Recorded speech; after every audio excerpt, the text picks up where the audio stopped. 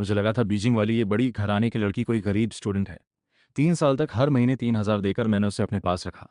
College खत्म होते ही मुझे मजबूरी में घर लौटना पड़ा, अपनी बचपन की मंगेतर से शादी के लिए। जाने से पहले मैंने उसे 1,000 का चेक थमाया, बस यहीं तक। मुझे घर जाकर शादी करनी है। ये सुनते ही नी छाई गुस्से से आग बबूला हो गई। युनमो, तू मुझे छोड़ रहा है? तुझे पता भी है मैं कौन हूँ? पर मैंने ध्यान नहीं दिया, चेक फेंक कर जल्दी से घर लौट आया। 3 दिन बाद एक बड़े घराने की पार्टी में हम फिर मिले। वो हर किसी की नज़रों के बीच मेन टेबल के पास खड़ी थी और मेरे माँ बाप उसके सामने बार बार सिर झुका रहे थे। मैं वहीं जड़ हो गया। जिस पालतू परिंदे को हमने खुद पाला था वो बीजिंग की प्रिंसेस निकली। इतने में पार्टी आधी हो चुकी थी। मैं परिवार के बुजुर्ग को टोस्ट करने जाना था। मेन टेबल के पास काफ़ी भीड़ थी। बुजुर्ग पहले ही उठ चुके थे, बस मी छाई ही सब संभाल रही थी। जो भी लोग टोस्ट करके जा रहे थे उन्हें देखकर लियू रुयान भी पोलाइटली गिलास लेकर मिछाई के पास आई। मिस मी, मैं रोंगचिन वाले लियू फैमिली से हूँ, बहुत नाम सुना है आपका, आपके लिए एक टोस्ट। लियू रुयान ने दोनों हाथों से गिलास आगे बढ़ाया। इंतजार करने लगी कि मी छाई गिलास टकराए, पर मी छाई ने गिलास पकड़ने का कोई इशारा तक नहीं किया। आसपास के लोग हैरान थे। लियू फैमिली ने आखिर मी फैमिली की इस बड़ी बेटी को नाराज कैसे किया? खुद लियू रुयान भी हैरान थी। आज से पहले लियू फैमिली और मी फैमिली के बीच कोई संबंध ही नहीं था। न उसने कभी मिछाई को देखा था। लियू रुयान के चेहरे पर घबराहट आई। मिस मी, माफी के साथ पूछ रही हूँ, लियू फैमिली ने कहीं कुछ गलत तो नहीं किया? मी छाई अचानक खड़ी हो गई। नजर लियू रुयान से होते हुए उसके पीछे खड़े आदमी पर टिक गई। उसका चेहरा शांत, ठंडी सफेद त्वचा उसे एक अलग ही ठंडी दुनियादारी से दूर वाली ऑरा देती थी। पर आवाज में बहुत लोगों की नजर शुरू से ही इस सूट पहने आदमी पर थी, बिल्कुल जैसे टीवी से निकला कोई स्टार हो। चेहरा बेहद हैंडसम। बहुत सारी उत्सुक नजरें मुझ पर आकर टिक गईं। मुझे भी उम्मीद नहीं थी ये औरत यहीं सबके सामने बवाल खड़ा कर देगी। लियू रियान अब पलटकर ठंडी नजरों से मुझे देख रही थी। आवाज में शिकायत भरी थी। यू मो, एक्सप्लेन करो, आखिर क्या मामला है? लियू रियान को लगा जैसे किसी ने सिर पर हथौड़ा मार दिया हो। इसे मिछाई कैसे जानती है और नाराज भी कैसे कर दिया? इन दोनों के बीच कुछ है क्या? मैं आगे बढ़कर मुस्कुराते हुए बोला, पता नहीं था मिस मी इतनी बात याद रखेंगी। बस 3 साल पहले गलती से इनकी गाड़ी को हल्की सी टक्कर लग गई थी। उस वक्त मुझे इनकी असली आइडेंटिटी नहीं पता थी, इसलिए 1,000 छोड़कर निकल गया था। मिस मी को अब भी याद है। बड़ी बात है, मैं फंस चुका था, इसलिए एक झूठ बनाना पड़ा। मैं ये तो नहीं कह सकता था कि 3 साल तक इसके साथ सोता रहा और अभी कुछ दिन पहले इसे छोड़ दिया, इसीलिए ये नाराज है। आसपास खड़े लोगों को बात समझ आ गई। लियो रियान ने भी राहत की सांस ली। समझ नहीं आया क्यों उसे अभी टेंशन हो गई थी। लगा शायद हम दोनों के बीच कुछ उलझा हुआ रिश्ता है। फिर लियो रियान ने ठंडे लहजे में डांटा, मिस मी की गाड़ी तो जरूर करोड़ों की होगी, तेरा वो 1,000 तो इंसल्ट जैसा है। जाकर मिस मी से माफी मांग। लोग लियो रियान का मुझ पर ऐसा रवैया देखकर हैरान थे। इतना हैंडसम आदमी होकर भी इतनी बेइज्जती सहना पड़ रहा है, वो भी बीच में। मिछाई की तरफ चलते हुए मैंने कहा, 3 साल पहले मुझे पहचानने में गलती हुई, बहुत नाराजगी दी होगी, यहीं मिस मी से माफी मांगता।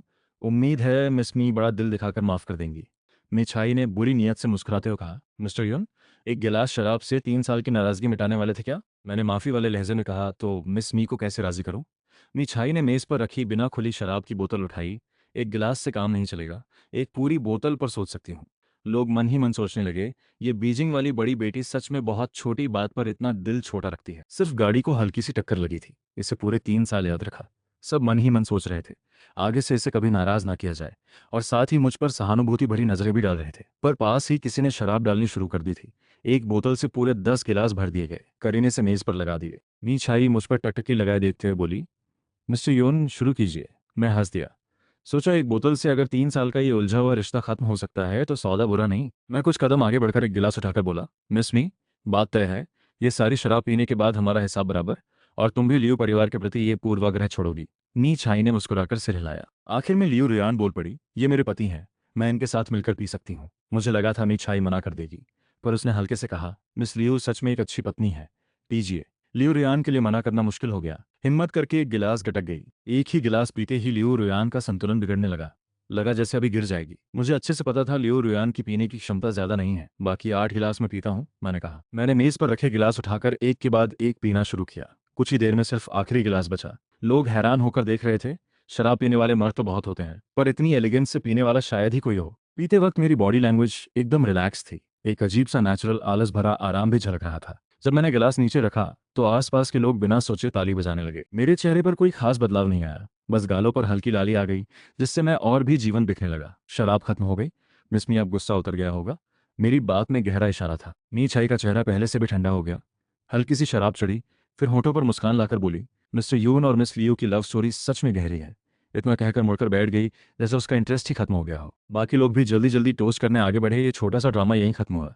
मैं लियो रियान को सहारा देकर वापस अपनी सीट पर आया। लियो रियान की तबीयत बहुत खराब हो रही थी, पेट में उथल पुथल मच रही थी, लग रहा था उल्टी होने वाली है। वो मुश्किल से उठी, कमजोर आवाज में बोली, मैं वॉशरूम जा रही हूँ। मैं अपनी सीट पर बैठा खोया खोया सा था, नजरें अपने आप मेन टेबल की तरफ जा रही थी। सोच में डूबा ही था कि अचानक सीने में ठंडक महसूस हुई। पूरा गिलास रेड वाइन मुझ पर उंडेल दिया गया।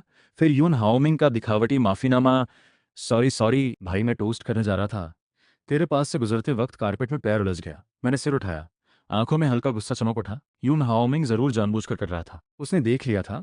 मैं मेन टेबल पर सबकी नजरों में आ गया। सब मेरी तारीफ कर रहे थे कि मेरा स्वभाव कितना जेन्युइन है, इसलिए उसने मुझे बेइज्जत करना चाहा। यून हाओमिंग ने यह कहकर बगल में देखा, माँ अब क्या करूं, भाई के कपड़े गंदे हो गए मेरी वजह से। चिन हुईलान ने मुझे एक नज़र देखा, चेहरे पर बेफिक्री थी। तेरे भाई ने बचपन से तुझसे इतनी चीजें छीनी हैं, एक कपड़ा ही तो है, वो कुछ नहीं कहेगा। इतना कहकर यून हाओमिंग को लेकर चली गई। जाते वक्त यून हाओमिंग ने पलटकर मेरी तरफ ताना मारते हुए इतराकर मुस्कुराया। मैं चिन हुईलान की पीठ देखते हुए थोड़ा उदास हो गया। अचानक 3 साल पहले वाली रात याद आ गई जब डीएनए टेस्ट का रिजल्ट आया था। उस रात चिन हुईलान ने मुझे जोर से 2 थप्पड़ मारे थे। तू उस कमीनी का बेटा निकला। मैंने अपने दुश्मन के बेटे को इतने सालों तक खजाने की तरह पाला। मर जा तू मर क्यों नहीं जाता। 3 साल बीत गए पर जब भी याद आता है सीने में अब भी दर्द उठता है। आसपास के लोग भी अब मेरी तरफ हमदर्दी की नज़र से देखने लगे। ये तो हद है, वो यून हाओमिंग जानबूझकर कर रहा है। और यून की माँ भी कितनी फेवरेटिज्म दिखाती है। चाहे खून का रिश्ता ना हो, 20 साल तो पाला है, थोड़ा बहुत लगाव तो होना चाहिए ना। यही सब देखकर वहां मौजूद कुछ लड़कियां मेरी तरफ से नाराज हो गईं। आगे आकर मेरा हालचाल पूछने लगी। मैंने हाथ हिलाकर कहा, कुछ नहीं हुआ, ठीक हूँ। तभी मेरे परिवार के बुजुर्ग वहां आ गए। इतनी शराब लग गई है, ऐसे ठीक से साफ नहीं होगी। तुम जल्दी से मिस्टर यून को एक साफ कपड़ा दो बदलने के लिए। मिस्टर यून, मेरे साथ ऊपर चलो, मैं तुम्हारे लिए नया कपड़ा ढूंढ देती हूँ। मैंने सिर उठाकर देखा। बोलने वाली मी फैमिली की छोटी बेटी मी वैनलिंग थी। मैंने मना नहीं किया, तो फिर आपकी मदद चाहिए होगी। मैं मी वैनलिंग के साथ बगल वाले लिफ्ट से ऊपर गया, फिर लंबे कॉरिडोर से गुजरा। कॉरिडोर से नीचे हॉल का एक हिस्सा साफ दिखता था। मैंने मेन टेबल की तरफ देखा तो पाया वहां मी सीआई अब मौजूद नहीं थी। जल्दी ही मी वैनलिंग ने एक दरवाज़ा खोल दिया। मिस्टर यून, यहाँ थोड़ी देर रुकिए, मैं आपके लिए कपड़े ले आती हूँ।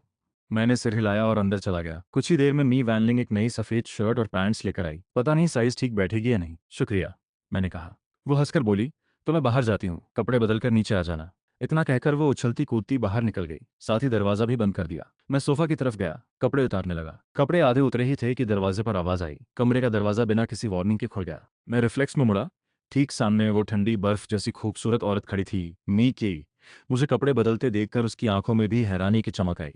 वो लंबे कदमों से कमरे में आई, मेरी तरफ देखते हुए तेजी से दरवाजा बंद कर दिया। जब उसका चेहरा साफ दिखा तो मुझे राहत महसूस हुई। मिस मी छाई मुझे सीधा घूरते हुए बोली, तुम यहाँ क्या कर रहे हो। मैंने एक्सप्लेन किया, कपड़े। मी छाई ने मुझे एक नज़र देखा। पता नहीं ये मेरा रूम है, मुझे थोड़ी गलती महसूस हुई। सच में नहीं पता था।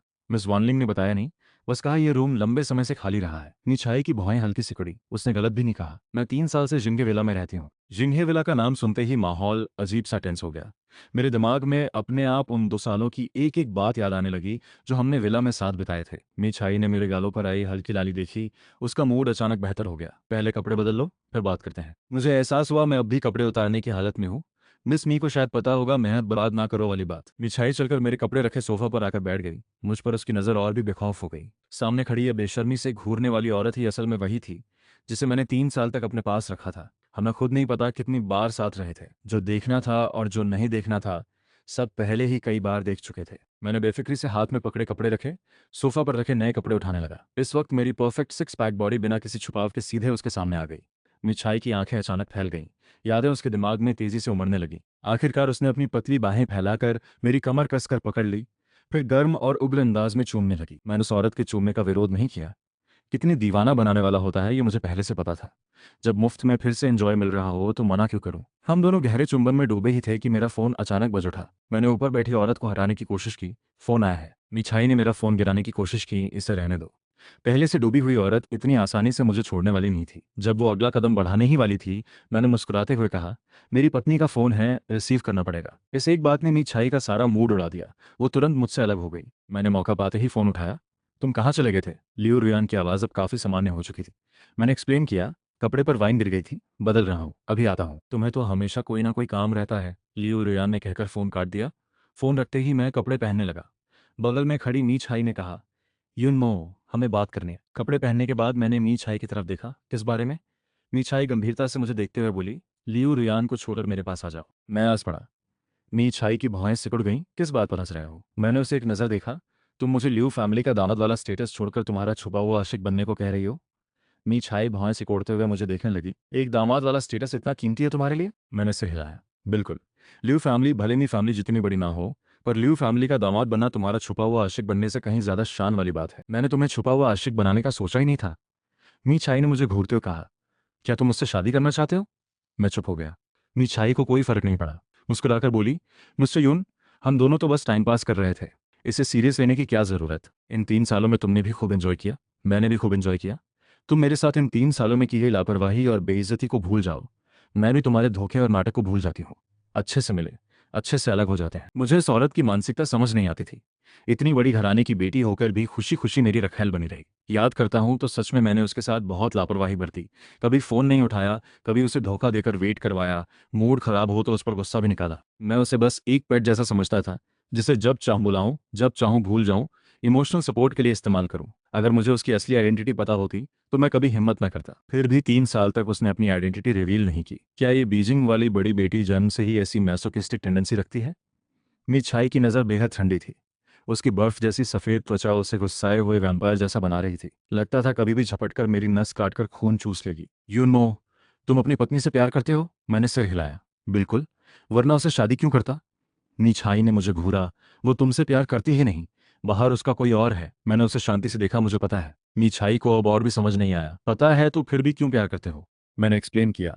मैं और वो बचपन के दोस्त हैं, 10 साल से ज़्यादा साथ है। ये फीलिंग कोई और समझ नहीं सकता। बचपन से ही ये रिश्ता तय हुआ था। अगर वो घटना ना हुई होती तो मैं दामाद क्यों बनता? और लियू फैमिली के लोग मुझसे अच्छे से पेश आते हैं। दामाद बनना कोई बुरी बात नहीं। शायद अभी लियू रुयान से मेरा मिसअंडरस्टैंडिंग है, पर मुझे यकीन है एक दिन वो मेरे पास वापस आएगी। असल में मुझे लियू रियान से प्यार कब का खत्म हो चुका था, पर यह कहकर शायद इस बीजिंग वाली बड़ी बेटी का पूरी तरह मन तोड़ सकता था। मिछाई गुस्से से मुझे देखने लगी। तो तुमने चीट किया, फिर मुझे रखा? मैं तो बस तुम्हारी अपनी पत्नी से बदला लेने की चीज थी। मैं एक पल रुककर ईमानदारी से बोला, सही बात है। फिर मैंने आगे एक्सप्लेन किया, पर मुझे तुम्हारी असली आइडेंटिटी नहीं पता थी। अगर पता होता तो कभी छेड़ता ही नहीं। मिछाई हंसी, होठों पर साफ ताना था। उसे उम्मीद नहीं थी 3 साल बाद भी वो बस किसी और से बदला लेने का जरिया थी। युनमो, तुम सच में कमाल हो। उसका ये एक्सप्रेशन देखकर मेरे दिल में एक बुरा सा एहसास आया, और अगले ही पल वो औरत खड़ी होकर मेरी थोड़ी पकड़ लेती है। युनमो, दुनिया में कोई भी मुझे टूल की तरह इस्तेमाल करके फेंक नहीं सकता। छोड़ना है तो मैं तुम्हें छोड़ूंगी। इतना कहकर मी छाई बड़े कदमों से कमरे से बाहर निकल गई। मैं थोड़ी देर सुन्न खड़ा रहा, फिर मैं भी कमरे से बाहर आ गया। लियू रियान उल्टी करके काफी होश में आ चुकी थी। मुझे कपड़े बदले देखकर उसने एक बार भी पूछताछ नहीं की। पार्टी खत्म होने के बाद मैं और यूरान मी फैमिली की विला से निकले। मैंने गाड़ी की खिड़की खोली। दिल में अजीब सी बेचैनी थी। लग रहा था जैसे मैंने खुद किसी बड़ी मुसीबत को न्योता दे दिया हो। गाड़ी शहर में घुसते ही एक मेट्रो स्टेशन के पास रुक गई। लियू रियान आंखें बंद करके मुझे देखे बिना बोली, यून नो, आज रात मुझे काम है, पुराने घर नहीं आ पाऊंगी, तुम खुद टैक्सी से चले जाओ। लियू रियान को कोई नया डॉक्यूमेंट लेना था। उसने जल्दी से गाड़ी का दरवाजा खोला। मैंने टैक्सी लेकर लियू फैमिली के पुराने घर की तरफ का रुख किया। लियू माँ ने मुझे अकेला आते देखकर कुछ अंदाजा लगा लिया। खुद जाकर लियू रियान को वापस लाने की सोची, पर मैंने रोक दिया। रहने दो, उसका दिल घर में नहीं लगता, वापस आ भी जाए तो बस। इतना कहकर मैं ऊपर चला गया। लियू माँ को मुझे इतना उदास देखने की आदत नहीं थी। समझ नहीं पाई आज क्या हुआ। लियू रियान एक हफ्ते बाद वापस आई। इस हफ्ते मेरी जिंदगी हमेशा जैसी ही चली, बस एक फर्क था, मैं दोबारा शिंघे विला नहीं गया। पहले हर हफ्ते 3 बार वहां जाता था, पर उस पिटाई वाली घटना के बाद मिछाई से भी दोबारा मुलाकात नहीं हुई। क्या इसका मतलब है उसने मुझे माफ कर दिया? दिन शांति से गुजर रहे थे, पर दिल में हल्की सी बेचैनी बनी रही। जिस रात लियू रियान वापस आई, लियू माँ डिनर टेबल पर बहुत नाराज हो गई। तुम्हारे दिल में इस घर के लिए कोई जगह है भी या नहीं? आज से अगर तुम रात को घर नहीं आई तो मैं तुम्हें अपनी बेटी नहीं मानूंगी। लियू रियान भी थोड़ी डर गई। चेहरा उतारकर बोली, माँ अभी अभी लौटी हूँ, कंपनी का काम अभी ठीक से समझ नहीं आया, दिन रात मेहनत कर रही हूँ, इन दिनों कंपनी में ही सोई हूँ, आज घर आई भी काम की वजह से। लियू पापा भी बोल पड़े, सही बात है, मैंने सेक्रेटरी जान से पूछा था, रुयान इन 2 दिनों कंपनी में ही सोई है। लियू माँ का चेहरा हल्का बदला। बात बदलते हुए बोली, काम ठीक चल रहा है ना? लियू रुयान ने चॉपस्टिक्स रखकर ठंडी हंसी दी। किसी की कृपा से बिल्कुल ठीक नहीं चल रहा। लियू पापा ने भौहें सिकोड़कर पूछा, क्या हुआ? लियू रुयान ने सिर उठाकर कहा, आज श्रेयान ग्रुप ने खुला टेंडर निकाला, बस हमारी कंपनी को इनवाइट नहीं किया गया। इसका पूरा श्रेय आपके अच्छे दामाद को जाता है। ये सुनते ही मैं एक पल के लिए सुन्न हो गया। मुझे याद आया एक बार शुआन टावर में मिछाई से मुलाकात हुई थी। वो अंदर से बाहर आ रही थी। मैंने मजाक में कहा था, जानो नौकरी बदल ली क्या? मुझे याद है उसने जवाब दिया था, मैं ही इस टावर की मालकिन हूँ। मैंने तब उसकी बात को मजाक समझकर हंस दिया था। फिर मिछाई चुपचाप मेरी गाड़ी में बैठ गई थी। हम दोनों साथ में स्टार रिवर विला गए थे। तब हमारे रिश्ते को बस 2 महीने ही हुए थे। प्यार भरी रातें, रोज नए गाने गूंजते, पता चला उसी वक्त उसने मुझे इशारा भी दे दिया था। दिल में थोड़ा अफसोस हुआ, ऐसी औरत के चक्कर में पड़ गया। लियो की माँ ने रुझान की बात सुनकर मेरा साथ दिया। यूनमो तो लियो फैमिली में काम भी नहीं करता, उससे इसका क्या लेना देना। रुझान ने आवाज़ थोड़ी तेज कर दी। किसने कहा उसे? 3 साल पहले उसी ने मिस्टर एम की बड़ी बेटी को नाराज कर दिया था, 1000 युआन फेंक कर उसकी बेइज्जती भी की थी। रुझान ने मिस्टर एम के बर्थडे पार्टी वाली पूरी बात सामने रख दी। डाइनिंग टेबल पर बिल्कुल सन्नाटा छा गया। रुझान की आंखों में हल्की सी खुशी झलकी। यूनो, तुमने जो मुसीबत खड़ी की है उसे खुद संभालो, ठंडी शराब पीते हुए लियू फैमिली के बुजुर्ग ने कहा। रुझान थोड़ी अपसेट हो गए। दादाजी, पहले आपने मुझसे कहा था ये प्रोजेक्ट लियू फैमिली की जिंदगी और मौत का सवाल है, अब यूनमो की बात आते ही आप कह रहे हो छोड़ो। क्या लियू फैमिली का सर्वाइवल यूनमो की इज्जत से भी कम इंपॉर्टेंट है? रुझान के मन का गुस्सा अब बाहर आ ही गया। आप इतना पक्षपात कैसे कर सकते हैं? यूनमो तो बस यून फैमिली की फर्जी सी बेटी है, मैं आपकी असली पोती हूँ। यून फैमिली तो उसे मानने को भी तैयार नहीं। आप इतनी फिक्र क्यों करते हो उसकी? बुजुर्ग की आवाज में साफ निराशा झलकी। मुझे नहीं पता शियाओ मो की क्या पहचान है, मुझे बस इतना पता है, जब वो पैदा हुई थी मैं ही सबसे पहले उसे गोद में लिया था। लियू फैमिली ने उसे बड़े होते देखा है। यून फैमिली में कुछ पुरानी दुश्मनी की वजह से उन्होंने उसे एक्सेप्ट नहीं किया। हमें लियू फैमिली को इससे कोई फर्क नहीं पड़ता। तुम्हें समझना चाहिए, पिछली पीढ़ी की दुश्मनी का शियाओ मो से कोई लेना देना नहीं। वो हमेशा से एक विक्टिम ही रही है। अगर तुम्हें उसकी परवाह नहीं तो कोई बात नहीं, पर उसे नीचा दिखाने वालों के साथ मिलकर बैठना ठीक नहीं। रुझान ने थोड़ी देर सुना, फिर सीधे उठकर टेबल छोड़कर चली गई। दिल में बहुत गुस्सा था। लियू फैमिली यून मो के साथ बहुत अच्छा बिहेव करता था। जब से उसके साथ यून फैमिली में इंसिडेंट हुआ तब से लियू फैमिली हर तरफ से उसकी रक्षा करता रहा। उसे लियू फैमिली में शादी करके बसाना भी सिर्फ इसलिए था कि उसे एक सहारा मिल जाए। रुझान चलते चलते सीढ़ियां उतरकर खाने के लिए आते मुझसे टकरा गई। मैंने लियू फैमिली के बुजुर्ग की तरफ देखकर कहा, दादाजी, कल मैं कुछ गिफ्ट्स लेकर मिस एम से माफी मांगने जाऊंगा। जरूर लियू कंपनी के बिडिंग राइट्स पाने की कोशिश करूंगा। रुझान ने ठंडी हंसी में कहा, अच्छा, कल मैं इंटेंटली रुका रहूंगा मिस्टर एम की बिडिंग फाइल्स देखने के लिए, मुझे निराश मत करना। रुझान को लगता ही नहीं था कि मैं सफल हो पाऊंगा। आखिर वो पहले ही मिस्टर एम की बड़ी बेटी की कंजूसी और बिटरनेस झेल चुकी थी। अगर माफी से कुछ होना होता तो वो ऐसा नहीं कहती। असल में इन दिनों रुझान कई बार जा चुकी थी, पर मीकाई ने उससे मिलना ही नहीं। लास्ट टाइम तो सिक्योरिटी गार्ड से उसे बाहर तक निकलवा दिया। बड़ी बेइज्जती हुई। ये सब यून मो की वजह से हुआ। अब उसे भी गार्ड से बाहर निकाले जाने का एहसास रखना चाहिए। एक सुबह मैं गाड़ी लेकर शुएआन बिल्डिंग गया। गाड़ी को टेरेस पार्किंग में लगाया। सिर उठाकर देखा तो बिल्डिंग बहुत ऊंची, आसमान छूती हुई। ऊपर शुएआन दो शब्द सुबह की धूप में चमक रहे थे। शुएआन बिल्डिंग बनी हुए 3 साल भी नहीं हुए थे, फिर भी वो रोंगचिंग का लैंडमार्क बन चुकी थी। मुझे लगा था कोई नया टेक स्टार्टअप होगा। सोचा नहीं था ये मी फैमिली ग्रुप की ब्रांच कंपनी है। मैं शुएआन के लॉबी में गया, फिर फ्रंट डेस्क गया। हेलो, मुझे बताइए मीकाई का ऑफिस किस फ्लोर पर है? फ्रंट डेस्क वाली ने मेरे मुंह से सीधे मीकाई का नाम सुनकर अलग अलग एक्सप्रेशन दिखाए। सबसे ऊंची क्वालिफिकेशन वाली एक लड़की बोली, प्रेसिडेंट का नाम भी आप सीधे लेते हो, हमारे प्रेसिडेंट से आपका क्या रिश्ता है? मैं लगभग बोलने वाला था पेट्रोनेज वाला रिश्ता, पर हंसकर संभल गया। कहा, मैं लियू फैमिली की तरफ से मिस एम से काम की बात करने आया हूँ। उस लड़की की आंखों में थोड़ा घमंड सा झलका। लियू फैमिली भी बहुत स्नीकी है, अब ब्यूटी ट्रैप भी ट्राई कर रहे हैं। माफ करना, हमारे प्रेसिडेंट ने कहा है लियू फैमिली का कोई भी बंदा शुए आन के दरवाजे में नहीं आ सकता। कहते हुए उसने सिक्योरिटी गार्ड बुलाकर बाहर निकालने को कहा। जाने से पहले मैंने गार्ड से कहा, माफ करना, मैं पहले एक फोन कर लेता हूँ। गार्ड चुपचाप बगल में मेरे फोन कॉल का वेट करने लगा। फ्रंट डेस्क की चारों लड़कियां धीरे धीरे बातें करने लगीं। लियू फैमिली के इरादे बहुत गलत हैं। पहले कंपनी के जनरल मैनेजर खुद 4 बार आ चुके, प्रेसिडेंट ने तवज्जो ही नहीं दी। अब देखो कोई हैंडसम आदमी भेज दिया मुझसे मिलने के लिए, तरीका खत्म हो गया लगता है। मेरा कॉल खत्म हुआ तो फ्रंट डेस्क वाली ने बेसब्री से गार्ड्स को हुक्म दिया, तुम लोग खड़े क्यों हो, इसे बाहर निकालो। तभी फ्रंट डेस्क का फोन बज उठा। फ्रंट डेस्क वाली ने देखा तो पता चला मी काई के ऑफिस से कॉल आया है। शुएआन में 3 साल हो गए, उसने कभी मी काई के ऑफिस से कॉल रिसीव नहीं किया था। उसने सावधानी से कॉल उठाया।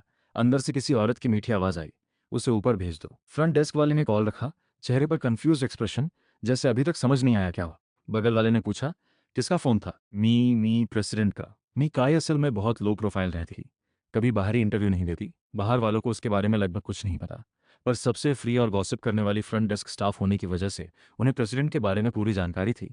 इसलिए वो तुरंत पहचान गई वो कौन सी आवाज़ थी। फ्रंट डेस्क वाली की नज़र मुझ पर बिल्कुल बदल गई। प्रेसिडेंट का ऑफिस 32nd फ्लोर पर है। मैंने थैंक्स कहकर चुपचाप एलिवेटर की तरफ चल दिया। एलिवेटर जल्दी ही 32nd फ्लोर पर खुला। एक कॉरिडोर पार करने के बाद मैं सीईओ के ऑफिस के दरवाजे पर रुक गया। बिना सोचे हाथ उठाकर दरवाजा खटखटाया। दरवाजा खोलने वाली एक सोफिस्टिकेटेड सी दिखने वाली औरत थी, गोल्ड रिम ग्लासेस पहने। उसने खुद बताया, मैं प्रेसिडेंट की सीनियर सेक्रेटरी हूँ। प्रेसिडेंट अभी मीटिंग में है। यून सर, आप यहाँ थोड़ी देर वेट कर सकते हैं? आपके और प्रेसिडेंट के रिश्ते को देखते हुए आप यहाँ अपने ही घर जैसा बिहेव कर सकते हैं। मैं थोड़ा हैरान हो गया, कान थोड़े लाल पड़ गए। मैंने कहा, मैं बेहतर होगा वेटिंग रूम में वेट करूं। लगता है सेक्रेटरी को मेरी और निकाय की पूरी स्टोरी पता है, तो फिर प्रिटेंड करने का भी कोई मतलब नहीं। सेक्रेटरी ने मुझे पानी का गिलास दिया, फिर ऑफिस से निकल गई। मैं ऑफिस के सोफा पर बैठा, चारों तरफ नजर घुमाई। ऑफिस बहुत बड़ा था, जैसे कोई सूट हो। वर्किंग एरिया के अलावा और भी रूम्स थे। ना मुड़ा, नजर बड़े से डेस्क पर पड़ी। वहां एक क्रिस्टल फोटो फ्रेम बहुत अटेंशन खींच रहा था। फ्रेम में एक 4-5 साल का लड़का था, हाथ में अल्ट्रामैन का टॉय लिए, बहुत खुश होकर हंस रहा था। फोटो की क्वालिटी बहुत अच्छी नहीं थी, लगता था बहुत पुरानी फोटो है। लड़के का चेहरा भी थोड़ा धुंधला था, पर उसकी हंसी में एक चमक थी, जैसे धूप की किरण हो। मैंने फोटो उठाई, गौर से देखने ही वाला था कि रूम का दरवाजा खुला। एक शैडो दरवाजे पर आकर खड़ा हुआ। मीकाई ने मुझे फोटो हाथ में पकड़े देखकर भौहें सिकोड़ ली, पर अंदर नहीं आई, जैसे मेरी बात का वेट कर रही हो। मैं हंसते हुए फोटो हाथ में हिलाकर बड़ी सहजता से पूछा, तुम्हारा बेटा है क्या? मीकाई की भौहें और भी सिकुड़ गईं। एक्सप्रेशनलेस चेहरे के साथ आगे आई, फोटो झटके से लेकर वापस जगह पर रख दिया। तुम बड़े डमास हो। मैं हंस पड़ा। तुम जैसी हाई स्टेटस मिस एम भी गाली देती हो। पर मीकाई की इस बात से मुझे थोड़ी राहत मिली, क्योंकि पहले हम दोनों इसी तरह बेझिझक बात किया करते थे। मीकाई ने मेरी तरफ देखा, अब उसकी नजरें साफ थीं। तुम यहाँ क्यों आए? मीकाई के लहजे में साफ ठंडापन और दूरी झलक रही थी। असल में पिछले 3 सालों में मुझे कभी नहीं लगा था कि यह औरत ठंडी है, बल्कि मुझे उसका इंप्रेशन हमेशा पैशनेट, डोटिंग और लालची लगता था। पर अभी सामने खड़ी ये इंसान हर तरफ से बर्फ जैसी ठंडी लग रही थी। कोई अपना नजरिया इतने दिनों में इतना कैसे बदल सकता है? तो अब जो वो है और वो पुरानी 3 साल वाली, असली कौन है? मैंने भी अपनी फॉर्मल टोन अपना ली। हमारे बीच की बात लियू फैमिली में क्यों घसीट रही हो? लियू फैमिली देश की टॉप 10 बिल्डिंग कंपनियों में गिनी जाती है। शुएयान को बिडिंग का मौका भी नहीं। मीकाई अपनी ऑफिस चेयर पर बैठ गई, टेबल पर पड़ा एक डॉक्यूमेंट उठाया, आवाज अभी भी बेरुखी लिए हुए। तो क्या रुझान ने तुम्हें भेजा है? मैंने सिर हिलाया, कहा मैं खुद आया हूँ।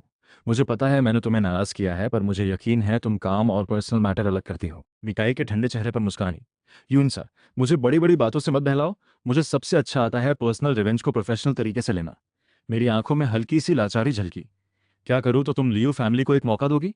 मी काई ने अपने पास वाली जगह पर हाथ मारा। आ जाओ। मैं गया, बड़ी सहजता से उसके पास बैठ गया। मीकाई अचानक मुड़कर मेरी जांघों पर बैठ गई। उसके चेहरे पर अचानक हल्का सा अंधेरा छा गया। पुरानी अनगिनत रातें हम हमेशा ऐसे ही शुरुआत करते थे। औरत हंसी, फिर मेरी ठुड्डी पकड़कर करीब खींच लिया। मैं कभी इतना सॉफ्ट नहीं था। पहले मैं ही एंजॉय करने वाला होता था, पर आज मुझे थोड़ा उसे खुश करना जरूरी लगा। मिकाई साफ थोड़ी डूब रही थी। उसकी नशीली होती आंखों को देखते हुए मैंने होठ खोले। उसके कान के पास जाकर आवाज में हल्की सी शरारत भरकर कहा, लियू फैमिली को बिडिंग डॉक्यूमेंट भेज दो। ठीक है। मिकाई की आंखें गहरी हो गईं, जिससे भीतर का कोई गुस्सा धीरे धीरे घुल गया। इतनी देर तक किस करते हुए भी मेरे दिमाग में ये सब चल रहा था। मिकाई ने मेरी ठुड्डी पकड़ी, दोनों की आंखें मिली। उसकी नशा भरी नजरों में साफ होश था। दिन में ये ब्यूटी ट्रिक मुझ पर काम नहीं करती। मैंने उसकी तरफ देखा। काम नहीं करती तो पहले क्यों नहीं बताया? इतनी देर मुझे प्रिटेंड करना पड़ा। निकाई के सीने जैसे कोई गुस्सा फंसा रहेगा। यह आदमी बिल्कुल बेदर्द है। जब मेरा कोई फायदा नहीं रहता तो एक सेकंड भी नहीं सोचता। अभी अभी मैं खुद ऑलमोस्ट डूबने वाली थी, और वो सब प्रिटेंड था। ये बात सोचकर मैंने फिर पूछा, इस मामले में सच में कोई गुंजाइश नहीं? मिकाई मुझे घूरती रही, आंखों में एक हल्की सी लाचारी झलकी। उसे खुद पता था, अगर आखिर उसकी पेशेंस भी उतनी ही थी। यही सोचकर मिकाई ने एक शर्त पर हामी भरी। अगर मैं मान जाऊं तो लियू फैमिली को एक मौका दे देगी। कौन सी शर्त? लियू फैमिली से निकलकर स्टार रिवर विला में रहूं। स्टार रिवर विला मेरा ही है, पर कुछ दिन पहले ब्रेकअप के वक्त मैंने वो मी काय को गिफ्ट कर दिया था। मैंने बिना सोचे हामी भर दी। ठीक है, तो अभी लियू फैमिली को बेडिंग डॉक्यूमेंट भेज दो। मुझे इतनी आसानी से मानते देख मिकाई की नज़रों में हल्का सा शक झलका, पर अभी उसके पास वेरीफाई करने का कोई तरीका नहीं था। फिर भी चूंकि मैंने वादा किया था, उसने अपने प्रॉमिस के मुताबिक लियू फैमिली को बिडिंग डॉक्यूमेंट भेज दिया। दूसरी तरफ रुझान कंपनी में मीटिंग कर रही थी। लियू फैमिली के अभी के दर्जनों प्रोजेक्ट्स में से आधे घाटे में चल रहे थे। कुछ का घाटा बहुत बड़ा, पर देश भर की हजारों कंपनीज की नज़र इस मोटी मुर्गी पर थी। सिर्फ रोंगचिंग में ही दर्जनों सैकड़ों कंपनीज थीं। फिर भी शुएआन ने बिडिंग के लिए लियू फैमिली को इन्वाइटेड नहीं किया। ये प्रोजेक्ट लगभग नामुमकिन ही लग रहा था। इन दिनों वो सुबह से रात तक मीटिंग करके सोच रहे थे मीकाई का माइंड कैसे बदला जाए। यहाँ तक कि उसकी पसंद रिसर्च करने लगे थे, पर ऐसी हाई स्टेटस वाली लड़की का कुछ पता ही नहीं चलता था। जब रुझान परेशान हो रही थी, सेक्रेटरी अचानक लैपटॉप लेकर भागती हुई अंदर आई। General manager. रुझान ने भौहें सिकोड़कर पूछा, क्या बात है? इतनी हड़बड़ी में नहीं दिख रहा मीटिंग चल रही है। सेक्रेटरी एक्साइटेड होकर बोली, शुए आन ने हमें बिडिंग डॉक्यूमेंट भेजा है। रुझान चौंक गई, फिर एक्साइटेड होकर खड़ी हो गई। सच में? मुझे दिखाओ। रुझान ने ईमेल चेक किया। सच में शुएआन से आया बिडिंग डॉक्यूमेंट था। आखिर उसने राहत की सांस ली, पर तुरंत सोच में पड़ गई। शुएआन ने अचानक माइंड क्यों बदल दिया? सेक्रेटरी अभी भी एक्साइटेड थी। शायद मिस एम आपकी सच्चाई से टच हो गई होंगी, जनरल मैनेजर। रुझान के चेहरे पर सोच के भाव आए। वो खुद 4 बार जाकर भी शुएआन से मौका नहीं ले पाई थी। आज मैं वहां गया और अचानक लियो फैमिली को बिडिंग डॉक्यूमेंट मिल गया। क्या ये सिर्फ कोइंसिडेंस है? दूसरी तरफ मैंने देखा बिडिंग डॉक्यूमेंट भेज दिया गया है, तो मुड़कर विदा ली। मेरे कदम बहुत तेज थे।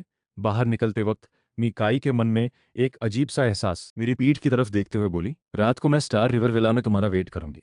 मैंने उसकी बात पर कोई ध्यान नहीं दिया, चुपचाप निकल गया। मुझे इतनी जल्दी जाते देख मीकाई को कुछ अटपटा सा लगा। रात के 9 बजे पुराने घर में नहाकर जैसे ही बाथरूम से बाहर निकला, मिकाई का कॉल आ गया। फोन में औरत की आवाज़ में साफ गुस्सा दब रहा था, आवाज़ बेहद ठंडी। यून मो, मिकाई की आवाज़ भी उतनी ही ठंडी थी। तुम मुझे धोखा देने की हिम्मत कैसे कर सकते हो? मैंने हंसते हुए पूछा। ये क्या बात हुई? मिकाई की गुस्से भरी चीख आई। तुमने वादा किया था लियो फैमिली से निकलकर स्टार रिवर विला आओगे।